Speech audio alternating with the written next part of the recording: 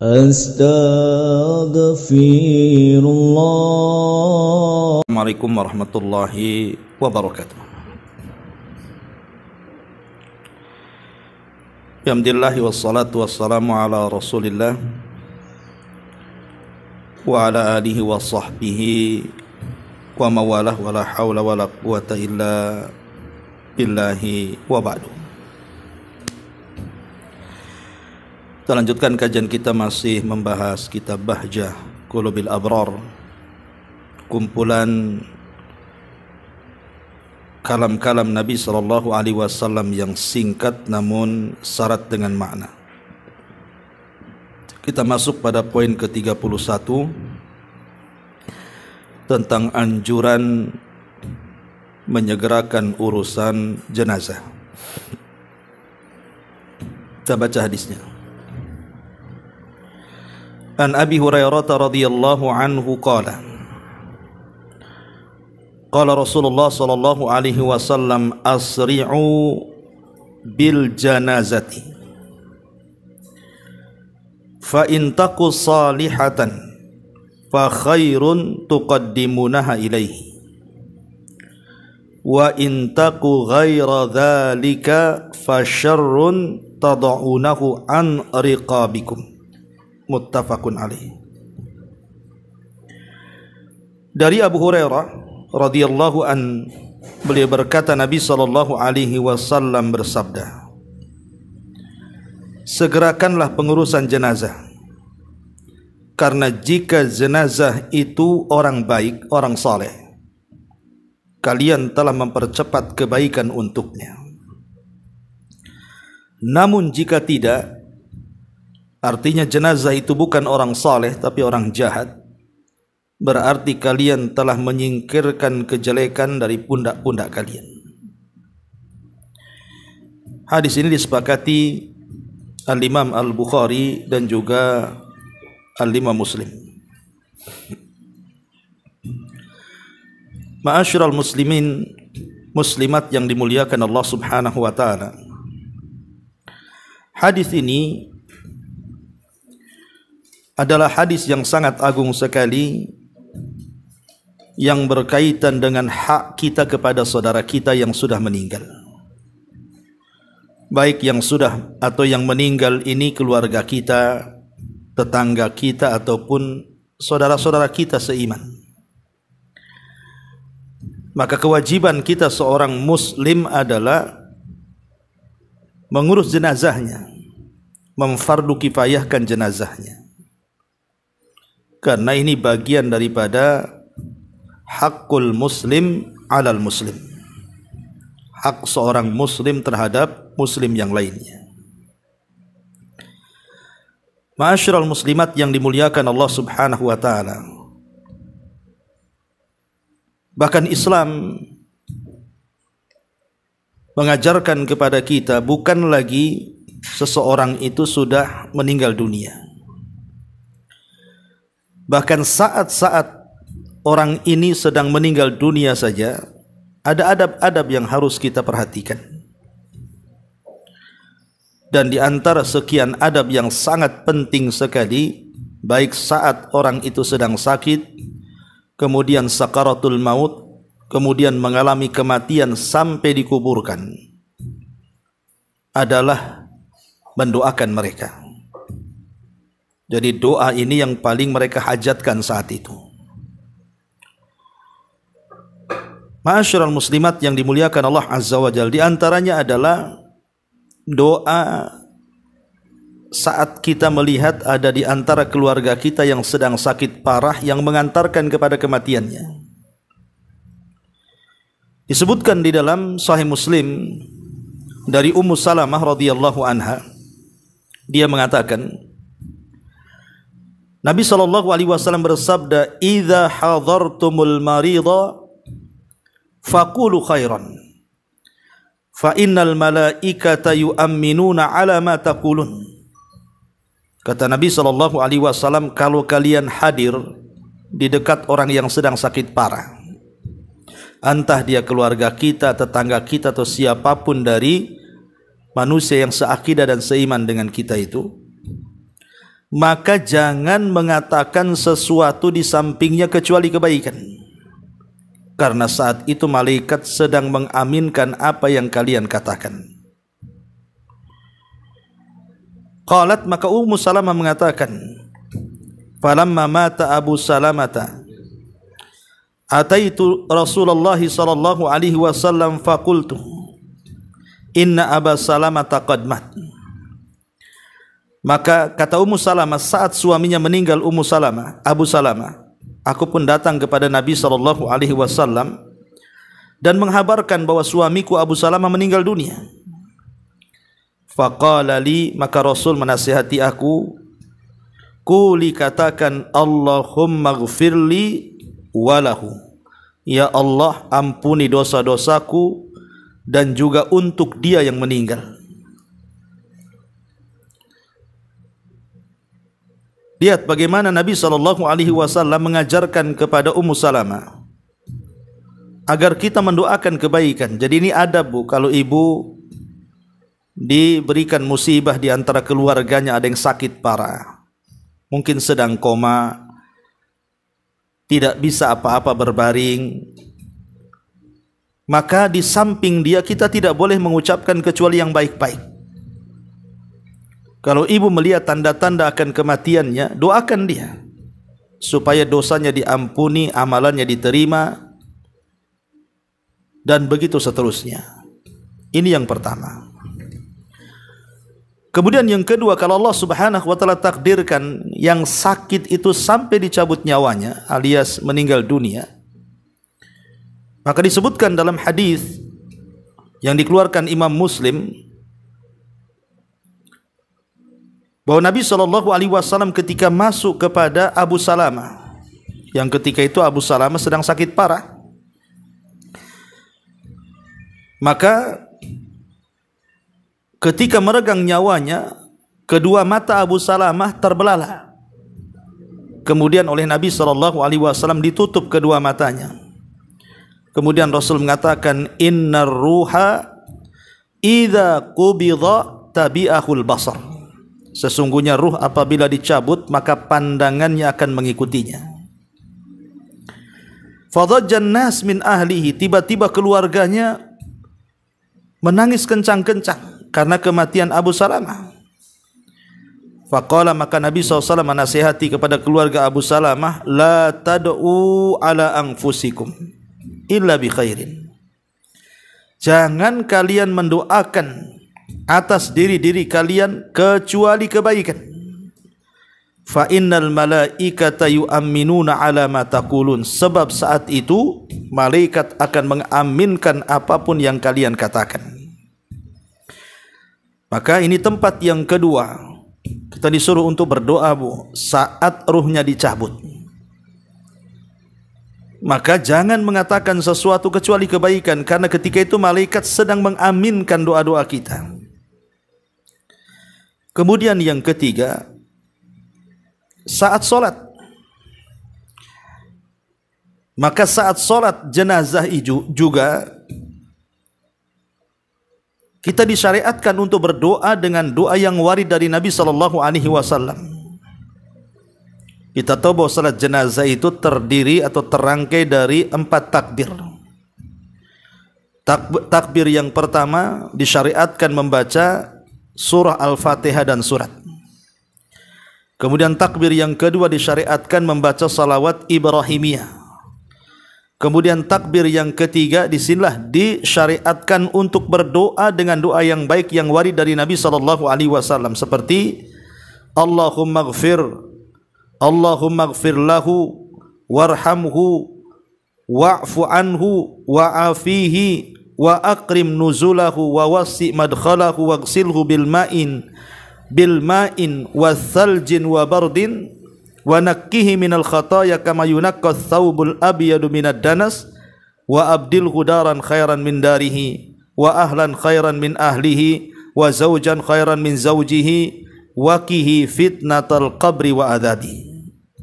Ya Allah, ampuni orang ini. Ya Allah, rahmati orang ini. Ya Allah, maafkan kesalahan-kesalahannya. Ya Allah, tempatkan dia di tempat yang baik, luaskan kuburannya, mandikan dia dengan air, dengan salju dan dengan embun, bersihkan dosanya sebagaimana Engkau membersihkan pakaian yang kotor dari kotorannya. Ganti tempat yang lebih baik, ganti keluarga yang lebih baik, ganti pasangan yang lebih baik, dan hindarkan dia dari fitnah kubur dan azabnya. Nah, inilah doa yang disyariatkan seorang muslim apabila sedang menyolatkan jenazah. Atau dengan doa yang lain yang diajarkan Rasul, Allahumma ighfir li hayyina wa mayyitina wa saghirina wa kabirina wa dzakarina wa unthana wa syahidina wa ghaibina. Allahumma man ahyaitahu minna fa ahyihi alal iman wa man tawaffaitahu minna fatawaffihi alal islam. Allahumma la tahrimna ajrahu wa la tudillana ba'dahu. Ya Allah, ampuni terhadap orang yang masih hidup di antara kami, orang yang sudah mati di antara kami, anak-anak kami, orang dewasa kami, laki-laki kami, perempuan kami, yang kami saksikan, yang tidak kami saksikan. Ya Allah, siapapun yang Kau hidupkan, maka hidupkan dia di atas iman. Siapapun yang Kau wafatkan, wafatkan dia di atas Islam. Dan jangan Kau haramkan pahalanya, dan jangan Kau sesatkan setelahnya. Nah, ini juga di antara doa yang dibaca saat melaksanakan sholat jenazah. Dan banyak lafaz-lafaz yang diajarkan Nabi SAW. Dan saat inilah yang mereka hajatkan. Ini kesempatan seseorang itu menyolatkan orang lain, apalagi kalau seandainya yang meninggal itu orang tuanya. Ini kesempatan anaknya mensolatkan dan mendoakan dengan doa yang ikhlas di situ. Karena orang-orang yang mensalatkan jenazah ini itu bisa memberikan syafaat kepada orang yang disolatkannya. Makanya saya punya pengalaman.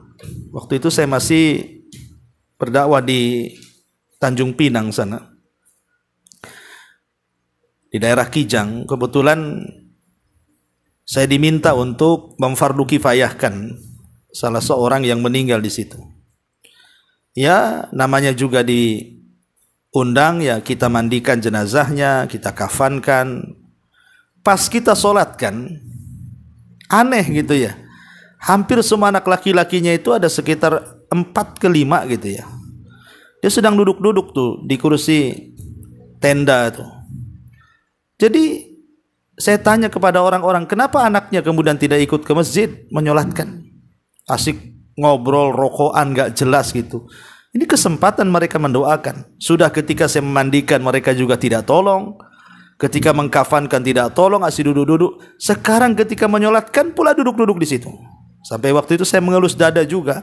Kok ada anak yang seperti itu gitu loh. Kayaknya senang aja di orang tuanya meninggal itu. Ini kan durhaka ya. Kecuali mungkin perempuan, dia sedang haid, wajar. Ini laki-laki, ya. Dan itu hari terakhir dia melihat orang tuanya untuk dikuburkan. Tak ada yang menyolatkan. Sampai saya tegur waktu itu. Tapi mereka diam saja. Subhanallah. Jadi jangan seperti itu. Kalau memang itu keluarganya atau tetangganya atau siapapun yang kita cintai, ini kesempatan kita ini untuk mendoakan di waktu sholatnya. Ini yang ketiga. Kemudian yang keempat, saat dibawa ke kuburan kemudian dikuburkan, maka disebutkan dalam sebuah riwayat, apabila seseorang itu masuk ke dalam kuburan, ke areal kuburan, maka kita disyariatkan untuk mendoakan dalam ucapan salam kita kepada penduduk kubur. Assalamualaikum ya ahlad diyar minal muslimina wal mu'minin wa inna insyaallah bikumul lahikun nas'alullah lana walakumul afiyah. Kata Nabi SAW, kalau kita masuk ke areal kuburan, ucapkan Assalamualaikum ya ahlad diyar. Keselamatan bagi kalian wahai penduduk kubur, baik dari mukmin laki-laki atau mukmin perempuan. Dan insya Allah kami pun akan menyusul kalian, dan kami hanya meminta kepada Allah untuk kami dan kalian agar dosa-dosanya Allah ampuni. Jadi kita disyariatkan untuk mendoakan saat masuk areal kuburan itu. Dan kalau seandainya jenazah itu sudah ditanam, maka Nabi SAW mengatakan, istaghfiru li akhikum wasalu lahu tathbit fa innahu an yus'al. Kata Nabi SAW kepada orang-orang yang hadir di kuburan itu, mintalah ampun untuk saudara kalian yang sudah dikubur ini, dan minta pula kepada Allah akan ketetapan jawaban dari fitnah kubur, pertanyaan mungkar dan nakir ini, karena dia sekarang sedang ditanya, kata Rasul. Berarti yang disyariatkan minimalnya orang yang ziarah kubur, orang yang mengantarkan jenazah ke kuburan, kemudian memendam jenazah itu atau tidak memendam, dia hanya menyaksikan di sekitar kuburan, minimal 2 perkara yang kita minta untuk saudara kita, apalagi itu keluarga kita, apalagi itu ibu kita, apalagi itu pasangan kita, apalagi itu anak kita. Minta 2 perkara minimalnya sebelum kita meninggalkan kuburan itu. Yang pertama, minta ampun akan dosa kita dan dosa orang yang dikubur itu. Dan yang kedua, minta ketetapan agar orang yang dikubur itu bisa menjawab pertanyaan mungkar dan nakir. Kemudian kita ambil 3 kepal tanah, kemudian kita letakkan di kuburan, kemudian pulang. Itu minimalnya seperti itu. Ya, jangan sampai kemudian kita hanya mengantarkan jenazah tapi tidak mendoakan. Yang dihajatkan si mayat itu doa. Ya, ini yang keempat. Kemudian yang kelima, tentu saat kita berziarah, entah seminggu setelahnya kita ingin ziarah kubur, dan sunnah bagi laki-laki, tapi bagi wanita jarang-jarang boleh, tapi jangan sering. Maka saat berziarah juga kita mendoakan, Rabbana ighfir lana wa li ikhwanina alladhina sabaquna bil iman wa la taj'al fi qulubina ghillan lil ladzina amanu rabbana innaka raufur rahim. Ya Allah, ampunilah dosa-dosa kami dan dosa-dosa saudara-saudara kami yang telah mendahului kami dengan keimanan. Ya, kita mendoakan mereka. Inilah 5 tempat doa yang sangat dihajatkan si mayat.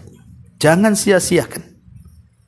Ya, saya ulang, ketika dia mengalami sakit parah, mendekati sakaratul maut, kemudian yang kedua setelah dicabut ruhnya, maka 2 tempat ini jangan mengatakan kecuali yang baik-baik. Kemudian yang ketiga saat salat, kemudian yang keempat saat dikuburkan, dan yang terakhir saat ziarah kubur. Inilah tempat-tempat doa mustajab bagi si mayat, jangan ditinggalkan.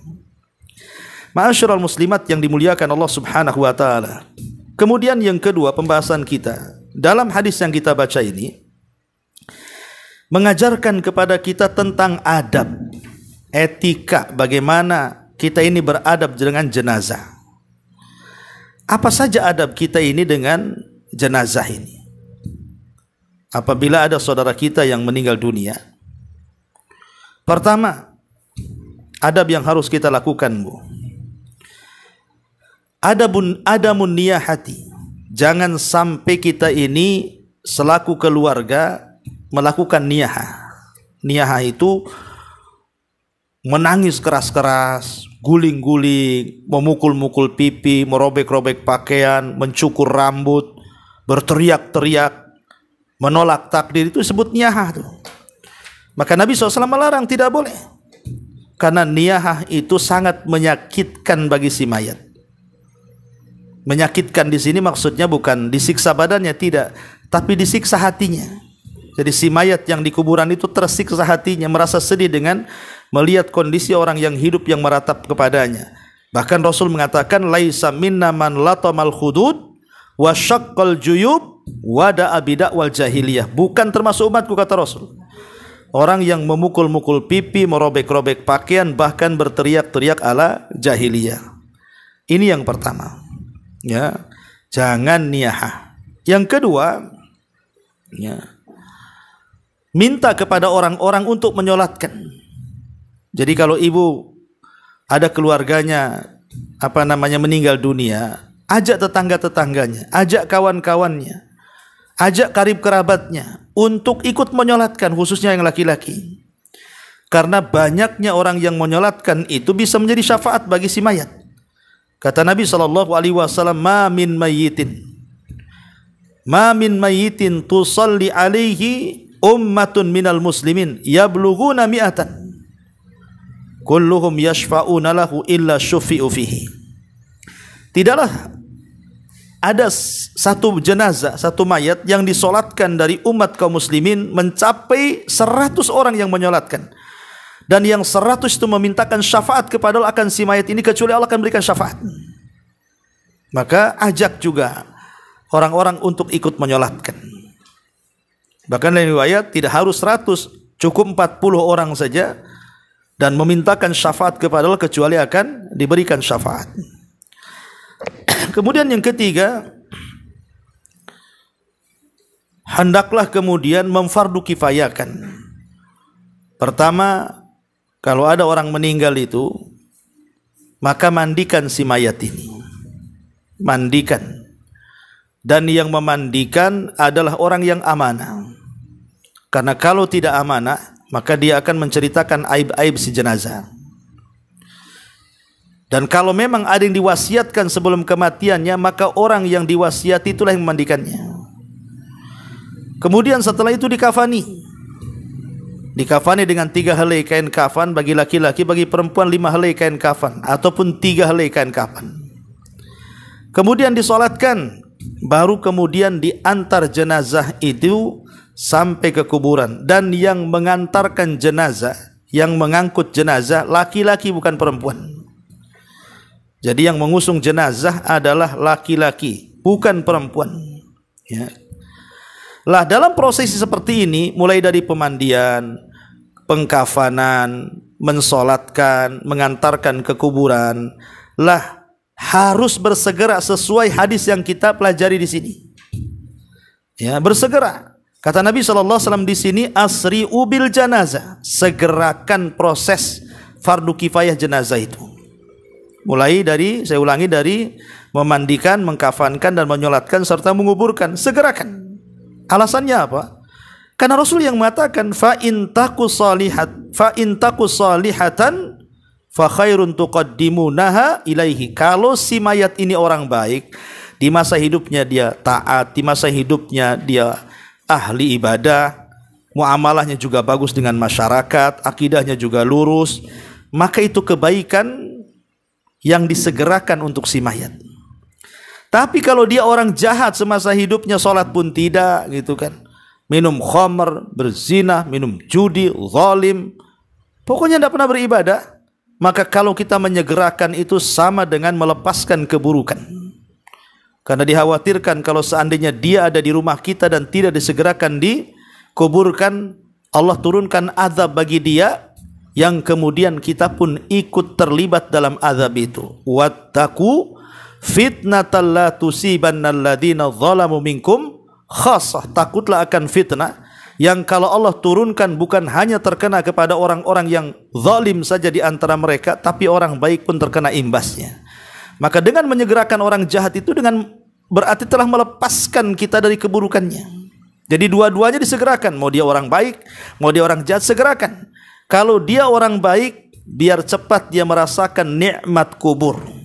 Itu dalam bentuk kasihan kita dengan orang tua kita, dengan saudara kita, dengan pasangan kita yang sudah meninggal. Kalau dia orang baik, supaya dia lebih tenang lagi. Bahkan boleh jadi kalau dia mendapatkan nikmat kubur, hidupnya lebih senang dibandingkan orang yang hidup di dunia, kan itu. Tapi kalau dia orang jahat, maka hidupnya jauh lebih susah dibandingkan sebelum kematiannya. Karena Rasulullah SAW mengatakan seperti itu.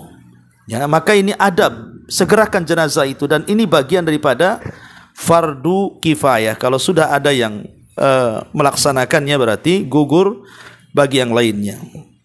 Nah, kemudian bagi kita yang kemudian mengantarkan jenazah menggunakan kendaraan, entah motor, entah mobil, maka jangan di depan jenazah, tetapi kita iringi dari belakangnya. Dan itu berdasarkan hadis ar-raqib khalfal janazah wal mashi haitsu sya'a minha.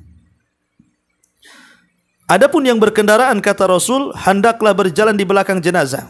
Tapi yang berjalan kaki terserah dia, mau di depan, mau di samping, mau di depan, tidak ada larangan. Tetapi yang berkendaraan, dan umumnya sekarang kan memang berkendaraan, apalagi areal kuburan sangat jauh dari sini ke Batu Besar atau ke Temiang atau ke mana dari sini ke daerah Sungai Panas itu kan jauh, tidak mungkin jalan kaki. Rata-rata kan pakai kendaraan, motor, mobil. Maka sebagai adab kita iringi jenazah dari belakang.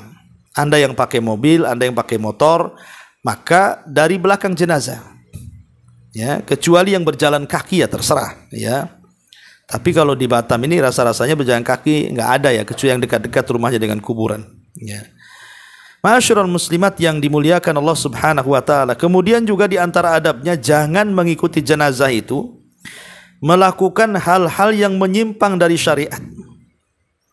Tidak boleh ya menyimpang daripada syariat itu. Ya, umpamanya melakukan hal-hal yang tidak dicontohkan dalam pengiringan jenazah sampai di kuburan dengan melaksanakan ritual-ritual yang tidak ada contohnya. Ya. Kemudian juga ketika mengantarkan jenazah itu disunahkan kepada yang hadir yang mengikuti jenazah itu untuk berdiri, jangan duduk sampai jenazahnya diletakkan.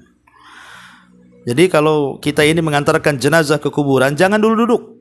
Biar jenazahnya diletakkan dulu, setelah dikubur baru kita boleh duduk. Itu pun perhatikan, jangan sampai duduk di atas kuburan orang atau menginjak kuburan orang. Ya. Kemudian setelah itu kita doakan istighfar dan doakan ketetapan dengan jawaban-jawaban yang ditanya oleh Mungkar dan Nakir itu. Dan kalau memang dia orang baik, termasuk adab juga, kita boleh memujinya. Memang si jenazah ini semasa hidup memang orang baik, ahli sholat, ahli ibadah, muamalah dengan kita pun bagus, dengan tetangga pun tidak ada celah, tidak ada aib gitu kan. Maka kita boleh memujinya. Kita harus memuji, memang dia orang baik.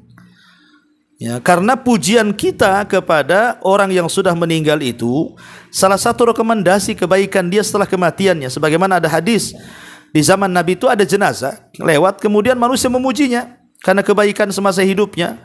Kemudian lewat lagi jenazah, manusia memakinya karena semasa hidupnya dia jahat. Maka Rasul mengatakan, adapun yang pertama wajabat lahul jannah, maka dipastikan masuk surga. Adapun yang kedua dipastikan masuk neraka. Kenapa? Karena yang pertama dipuji kebaikannya, yang kedua dicela karena kejahatannya. Ya. Ma'asyiral muslimat yang dimuliakan Allah Azza wa Jalla, dan bagi pihak yang menguburkan yang masuk ke liang lahat, kalau bisa jangan tinggalkan bacaan bismillahi wa ala sunnati Rasulillah sallallahu alaihi wa ala alihi wasallam. Kemudian sebelum meninggalkan dibolehkan salah seorang tokoh, ustadz, untuk memberikan peringatan tentang kematian di kuburan sebagaimana dilakukan Nabi SAW. Bukan berkhutbah, bukan. Ya, kalau khutbah di kuburan tidak ada. Hanya memberikan nasihat sepatah dua patah kalimat tentang kematian, supaya orang-orang yang hadir itu diingatkan dengan kematian, bahwa mereka juga akan menyusul orang yang sudah meninggal. Nah, ini juga di antara adab-adab seputar jenazah. Ya. Kemudian pembahasan yang ketiga, amalan-amalan yang bermanfaat bagi si mayat. Amalan-amalan yang bermanfaat bagi si mayat itu terbagi menjadi dua. Ada amalan itu bermanfaat yang bersumber dari dirinya sendiri semasa hidupnya, sehingga setelah kematiannya amalan yang semasa hidupnya dia kerjakan itu bermanfaat untuk dia setelah kematiannya.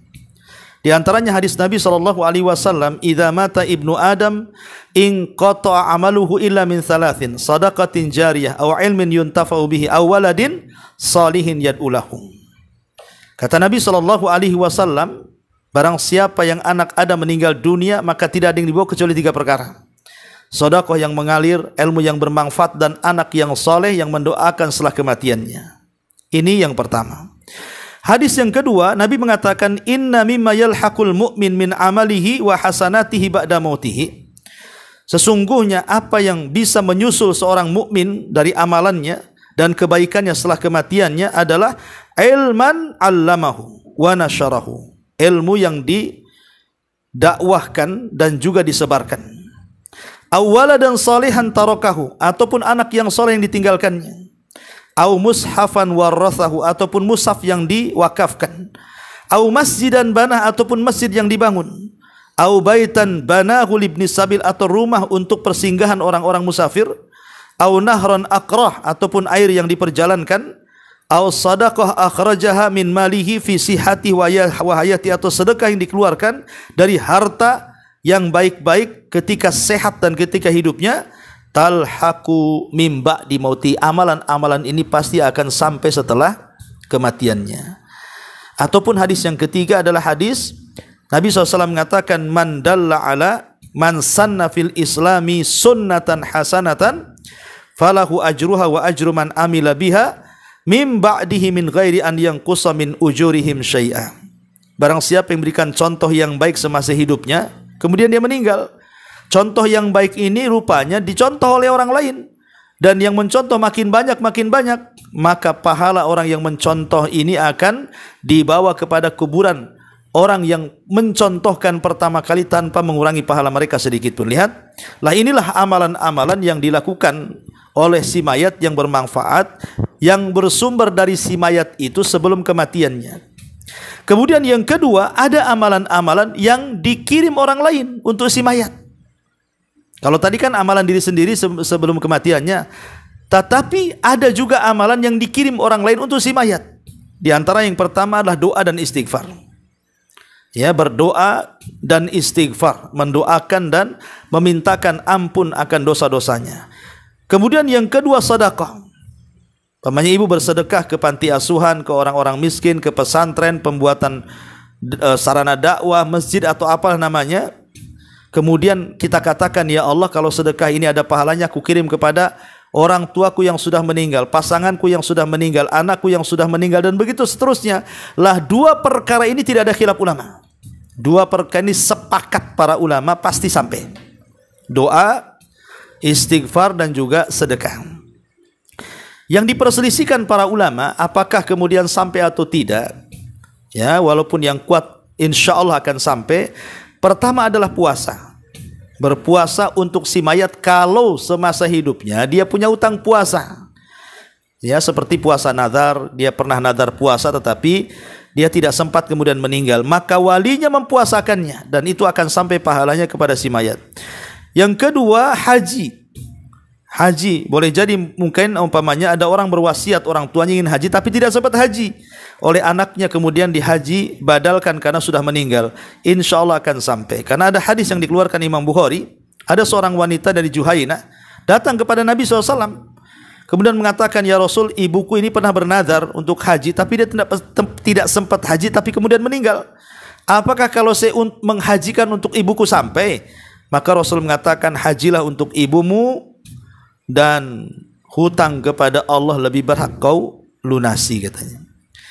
Kemudian juga qiraatul Quran, membaca Quran, diperselisihkan para ulama apakah sampai atau tidak, ya. Tetapi ada satu poin, kalau yang dimaksud membaca Quran itu adalah tawasul dengan bacaan Quran, seperti kita baca dulu ayatnya, baca dulu suratnya, setelah kita membaca kita mengatakan, ya Allah, kalau tadi bacaan yang ku baca, umpamanya surah Al-Baqarah, An-Nisa, Al-Imran, ada pahalanya ya Rabb. Ini setelah membaca, ya.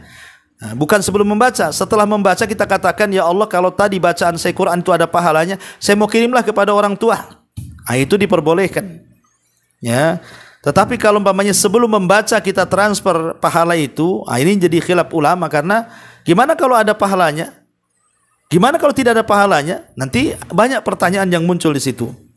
Ya, kemudian termasuk juga yang yang disyariatkan untuk orang mati adalah salat untuk dia. Kata Nabi SAW, inna minal birri ba'dal mauti an tusalliya lahum ma'a salatika wa antasuma lahum ma'a siyamika. Sesungguhnya termasuk kebaikan setelah kematian, hendaklah seseorang itu mendoakan dalam salatnya untuk kedua orang tua atau berpuasa kepada kedua orang tua ketika di dunia dia punya hutang puasa kepada Allah Subhanahu wa taala. Dan banyak lagi amalan-amalan ini di antara yang disebutkan oleh para ulama. Taib, kita masuk kepada pembahasan bukunya, kita baca sedikit di sini. Perhatikan bukunya. Kata Syekh As-Sa'di rahimahullahu taala di sini, termasuk anugerah besar dari Allah kepada hamba-hambanya yang beriman, di mana amal ibadah yang mereka kerjakan secara berkesinambungan dan menjadi kebiasaan mereka apabila mereka Afwan, ya, salah baca, ya. Di sini hadis ini mengandung permasalahan-permasalahan usul ataupun furu', cabang-cabang. Kalimat asri'u bil janazah, segerakan pengurusan jenazah itu, maksudnya menyegerakan pengurusan jenazah ini meliputi 1. Memandikan, 2. Mengkafani, 3. Membawa ke kuburan, dan semua hal yang berhubungan dengan pengurusan jenazah. Segerakan, ya. Oleh karena itulah hukum pengurusan termasuk fardu kifayah. Maksudnya kalau sudah ada yang ngurus, gugur bagi yang lainnya, gitu maksudnya, ya. Kemudian kata beliau, contohnya adalah seseorang yang meninggal mendadak, maka perlu ditunda pengurusannya sampai benar-benar dipastikan kematiannya. Karena bisa jadi dia hanya terkena stroke. Demikian pula sebaiknya ditunda pengurusannya agar semakin banyak yang menghadiri jenazahnya atau menunggu kehadiran orang-orang yang memiliki hak atasnya seperti kerabat atau semisalnya. Rasul menyebutkan alasan penyegeraan urusan jenazah itu yakni sebagai manfaat bagi si mayat itu sendiri agar dia segera mendapatkan kebaikan berupa kenikmatan dalam kuburnya, atau demi kemaslahatan bagi yang masih hidup agar segera dijauhkan dari kejelekannya kalau si mayat itu orang jahat, ya. Kemudian kata beliau, apabila segera dalam penyelenggaraan jenazah adalah diperintahkan, maka perkara yang lebih utama untuk disegerakan adalah membebaskan tanggungan si mayat, baik hutang-hutangnya, hak-haknya terhadap orang lain yang belum ditunaikannya, karena hal itu lebih dibutuhkan oleh si mayat. Jadi kata mu'alif di sini, kalau urusan memandikan, mengkafankan, menyolatkan sampai menguburkan aja disuruh disegerakan, lah di sana ada yang lebih lagi disegerakan daripada ini. Apa itu? Bayar hak-haknya. Kalau dia punya utang, kembalikan utang orang. Kalau dia mengambil harta, kembalikan harta orang. Kalau dia pernah menyakiti orang, minta keikhlasannya, dan begitu seterusnya. Ini lebih berhak disegerakan, karena itu yang dihajatkan si mayat, ya. Itu kata mu'alif rahimahullahu ta'ala.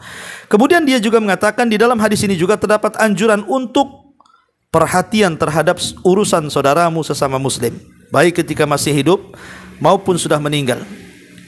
Dan terdapat anjuran pula untuk menyegerakan sesegera sesuatu yang mengandung kebaikan dalam urusan agamanya maupun dunianya. Sebagaimana dalam hadis ini pula terdapat anjuran untuk menjauh dari segala penyebab kejelekan dan menjauh orang-orang yang jahat sampai pada satu keadaan yang seseorang ditimpa musibah disebabkan karena bergaul dengan mereka. Jadi kata mu'alif di sini, kenapa kita harus menyegerakan jenazah itu?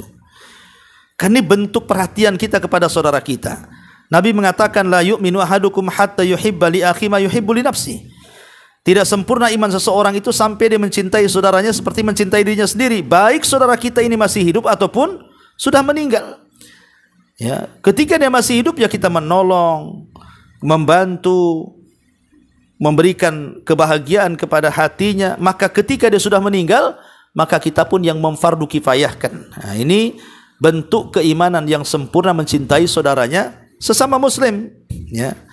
Kemudian kata beliau, hadis ini juga mengandung penetapan akan adanya kenikmatan dan azab di dalam barzah. Jadi kalau seandainya, kenapa kita harus menyegerakan jenazah itu? Supaya dia cepat mendapatkan, cepat ditanya, cepat berhasil menjawab pertanyaan, dan dia mendapatkan nikmat yang jauh lebih nikmat dibandingkan dia hidup di dunia, yang disebut dengan nikmat kubur.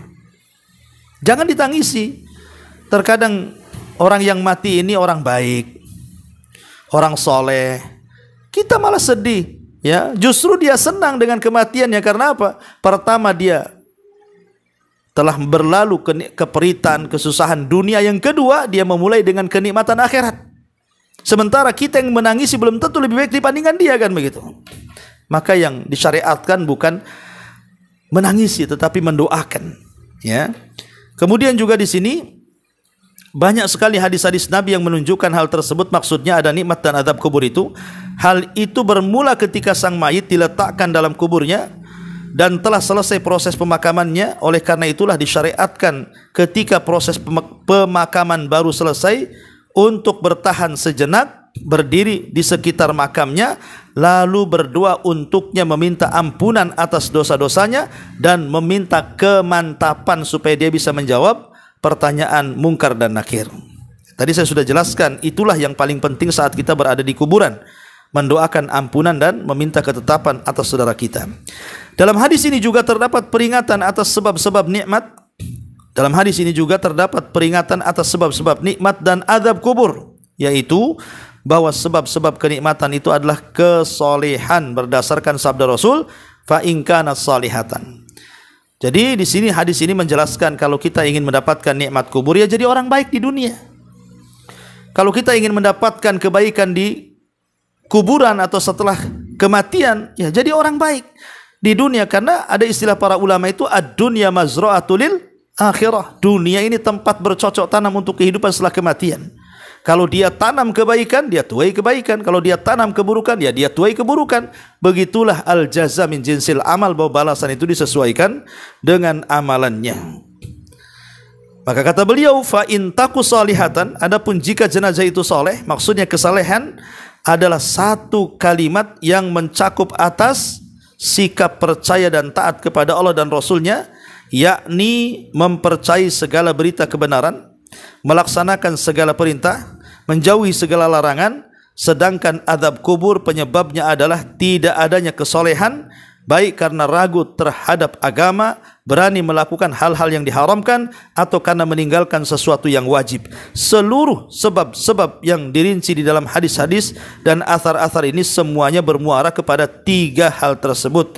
Oleh karena itulah Allah mengatakan, la yaslaha illal ashqa alladzi kadzdzaba wa tawalla. Tidak ada yang masuk ke dalam neraka kecuali orang yang berpaling lagi celaka, yang mendustakan kebenaran dan berpaling dari iman, mendustakan berita kebenaran dan berpaling dari perintah Allah dan Rasulullah sallallahu alaihi wasallam. Inilah di antara keterangan dari hadis asri'u bil janazah. Wallahu alam. Mudah-mudahan ada manfaatnya. Taib, sebelum saya tutup, silahkan kalau ada yang mau bertanya.